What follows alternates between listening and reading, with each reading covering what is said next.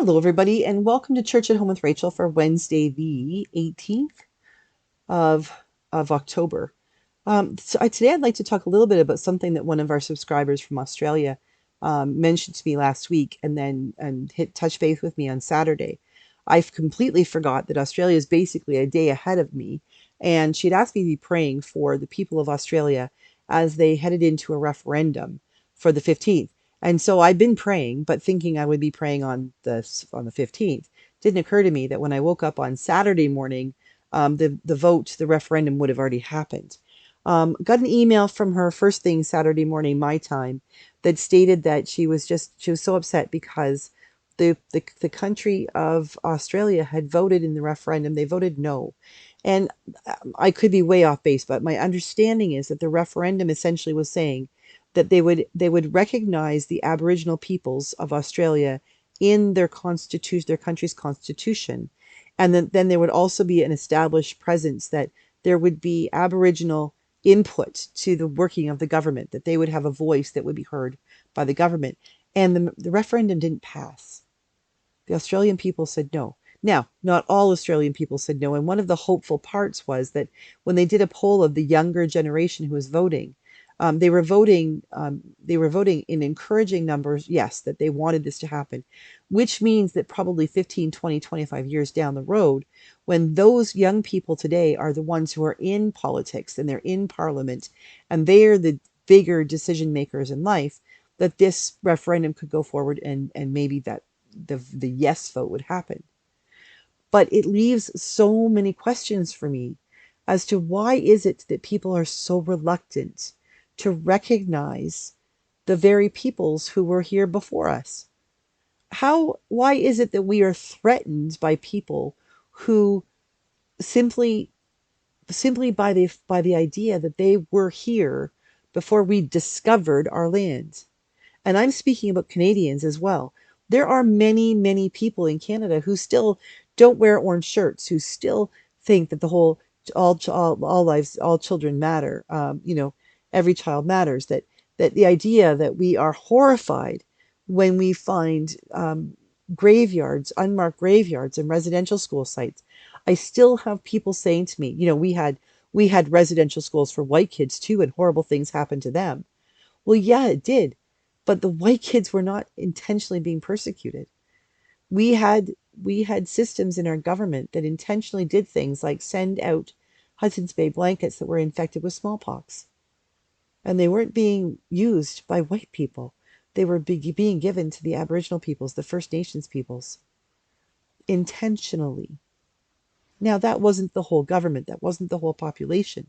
But we have a horrible history in Canada that we're beginning to recognize that people wanted to deal with the Indian problem, and part of dealing with the Indian problem was to exterminate them.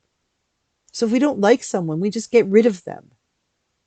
And if we just get rid of them, then we don't have to deal with them. We don't have to learn about their culture. We don't have to feel threatened by them. Does that not sound familiar? The Jewish problem in the Second World War. the the problems, the Tutsi and Hutu problems in Rwanda, the Uyghur problems in China. Like, it's not okay. We are not learning from our mistakes. We are not learning really very quickly at all how to be human beings with other human beings. My heart is breaking for the peoples of Australia, both for the Aboriginal peoples of Australia, because once again, they have essentially been told, you're not human. You're not worth our value. We don't value your presence. You're not worth us paying attention to. You are not worth us looking to your past and acknowledging that without you, we would not have been able to survive when we came from the places we came from. We are denying them their value that is inherent because they are simply human beings. In Canada, we did that. And we have a Truth and Reconciliation Commission and 94 calls to action and all kinds of work that we are doing together, so that because we can never undo what we did. We can never turn back time and simply say, let's try this again and do it the right way. Let's learn from our mistakes. There's no time travel here. The best we can do is acknowledge the damage that our ancestors did to their ancestors, and then say, how can we work together to ensure that never happens again? Plus, a whole lot of healing and listening and reconciliation and more listening and all of the and teaching and all those things there. At least Canada has gone so far as to acknowledge our residential schools. At least we are looking into finding out where graves are and finding out ways that we can use science and DNA testing and things like that to discover who these young people were and reunite their remains with their families if they have any families left. We have so many countries in our world who are simply running scared because the minute you say you're sorry, you apparently open yourselves up for culpability. If I say I'm sorry for something, then I'm acknowledging my part in it, and now I'm liable to be sued. Why are we so worried about that?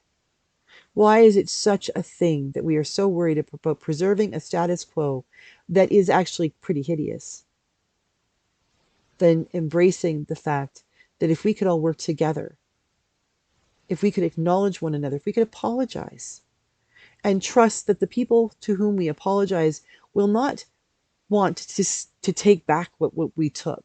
It's not that they want us to give back land. It's not that they want us to somehow turn back time and give them back their culture and their language and all of those parts of who they were that were stolen away. Yes, of course they want that, but they're smart people. They know that can't happen. But what we can do is discover ways that we can move forward into the world, that their children and grandchildren and great grandchildren and our children and grandchildren and great grandchildren can work together to find ways that we can heal and be reconciled, and that we can be together on Turtle Island or wherever it is in our world. The people of Australia have so much work to do. And yes, there is hope because the next generation coming up after them, they're going to make it different. They really will. I really believe that. But what about all those people right now? Those Aborigines, those Indigenous people of Australia who are saying to themselves, it is 2023, and they still do not recognize us as people. People who belong in this place. People who belong to this land. People who deserve, by the very presence of our being, to be acknowledged as a part of this country. That turns my stomach. And it kind of makes me think that that must be what Canada was like prior to the times that I remember. We can't stand here and think, oh, but you know, what can we do? We must stand up and we must march forward and say things must be different in Canada, in the US, in Australia, in every country where we are. We must acknowledge the humanity of each person around us. Because if we know nothing else from history, we know that eventually we may be the ones who are standing there saying, but hello, we're already here. Why are you doing this to us?